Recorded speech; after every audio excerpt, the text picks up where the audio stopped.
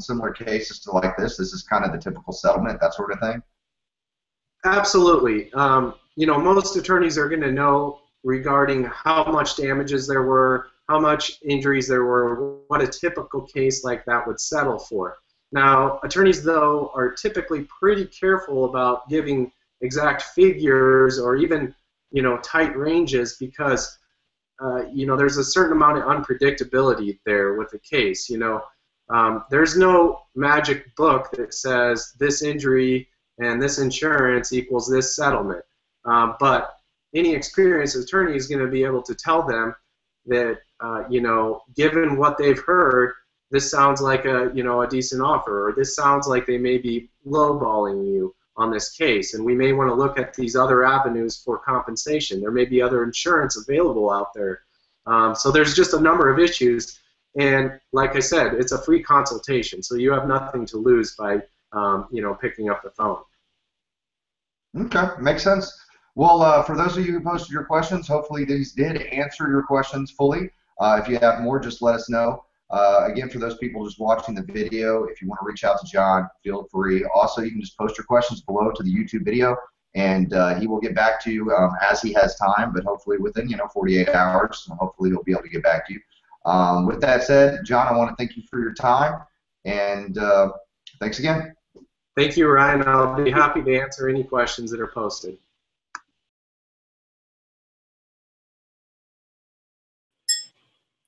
Hello, this is John Kelly from the Kelly Law Team. I had a question regarding injuries in a motorcycle accident, and specifically, do I need an attorney if the injuries are minor when you're involved in a motorcycle accident?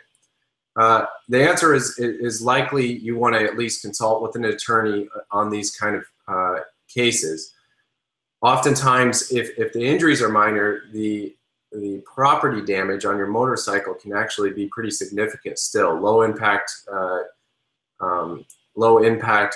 wrecks can cause a lot of damage, especially to some of these custom bikes where you put a lot of money into it, and the insurance companies don't always know how to evaluate those bikes because they'll take a fair market value of your bike, but they don't take into consideration all the money that you put into it to put the custom wheels on it or a new paint job, that kind of thing. So an attorney can really step in and help you present that information to the insurance company so that you get a fair valuation of your bike and are not left with, you know, out of pocket a lot of money.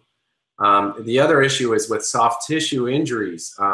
Insurance companies oftentimes will try to deny coverage if they don't believe that you had a legitimate injury where they can show on an x-ray that there was a broken bone or that there was some severe injury there that is very objective. The problem that we see with these is these soft tissue injuries oftentimes will manifest themselves later and will cause a lot of problems for people, whether it be, you know, continuing back pain or sciatic nerve issues or severe headaches and that kind of thing. So you want to be just kind of careful with these cases, and the insurance companies will want to try to settle them fast. So it's a good idea to call for a consultation. I'd be happy to do that and just walk you through the process.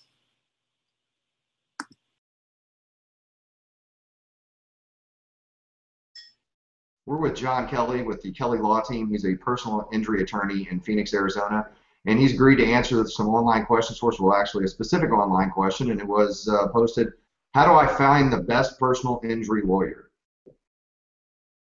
Ryan, if you've been injured, there's a lot of things that injured people are going through, and it's a very stressful time. They have doctors they're dealing with, medical expenses, their own pain, you know, property damage can be in place or missing work.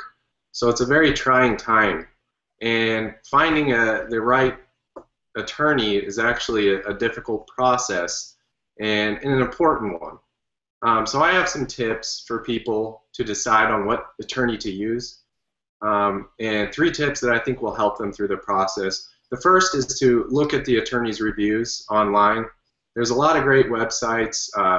Avvo is one of them, AVVO, Google reviews, Yelp reviews. These are all you know, online resources for people to check into attorney, what their reputation is, past clients, that kind of thing.